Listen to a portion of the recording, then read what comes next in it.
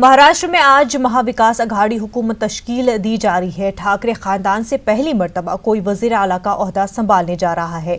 उद्धव ठाकरे अब से कुछ देर बाद मुंबई के शिवाजी पार्क में वजीर आला के ओहदे का हलफ लेंगे।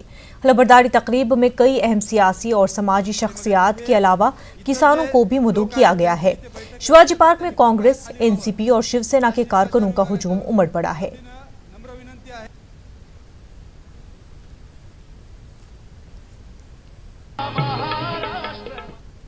इस हलफबरदारी से कबल कम अज कम मुश्तरका प्रोग्राम जारी किया गया, जिसमें लफ्ज सेक्युलरिज्म पर जोर दिया गया। कम अज कम मुश्तरका प्रोग्राम में राम मंदिर और सावरकर का जिक्र नहीं किया गया।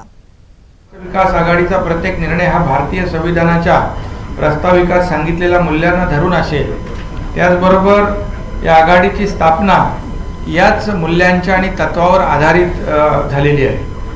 काँग्रेस, राष्ट्रवादी काँग्रेस, शिवसेना ही या पक्षांची महाराष्ट्र विकास आघाडी, मगाशी मी सांगितलं अन्य घटक पक्ष देखील आहेत। ही आघाडी राज्यातील जनतेच्या हितासाठी काम करणारी असेल। आघाडीच्या प्रत्येक निर्णयामध्ये भारतीय संविधानात सांगितलेले मूल्य आणि तत्व केंद्रस्थानी असतील। या आघाडीचा मुख्य कार्यक्रम महाराष्ट्राला विकासाच्या मार्गाने पुढे नेऊन महाराष्ट्र विकास आघाडीचे निर्णय समाजातील सर्व घटकांसाठी समान असणार आहेत।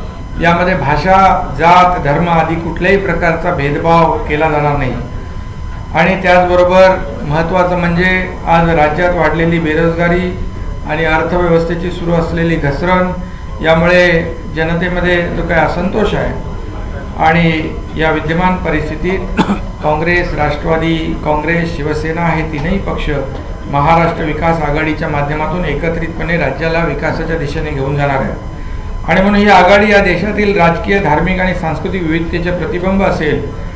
कोणालाही भीती वाटणार नाही, कोणालाही झुकतं माप देणार नाही। सर्व समाज घटकांच्या सर्वांगीण विकासासाठी कार्यरत असणे हाच या महाराष्ट्र विकास आघाडीचा आमचा अजेंडा असेल। आणि या किमान समान कार्यक्रमामध्ये शेतकरी, शेतमजूर, व्यापारी, लघु उद्योजक, छोटे मोठे उद्योजक, शिक्षण, आरोग्य आणि रोजगार, सर्व जाती, धर्म, सर्व घटक यांना या ठिकाणी न्याय देण्याचं काम होणार आहे। आणि म्हणून या राज्यामध्ये सगळ्यात जो आता त्रस्त आहे शेतकरी संकटामध्ये आहे। सर्वसामान्य माणूस संकटात आहे आणि म्हणून शेतकरी आणि सर्वसामान्य माणसाचं हे सरकार, आणि त्याला असं वाटलं पाहिजे की हे सर्वसामान्य माणसांचं सरकार आहे, हे आपलं सरकार आहे, अशी भावना त्याच्या मनामध्ये निर्माण झाली पाहिजे।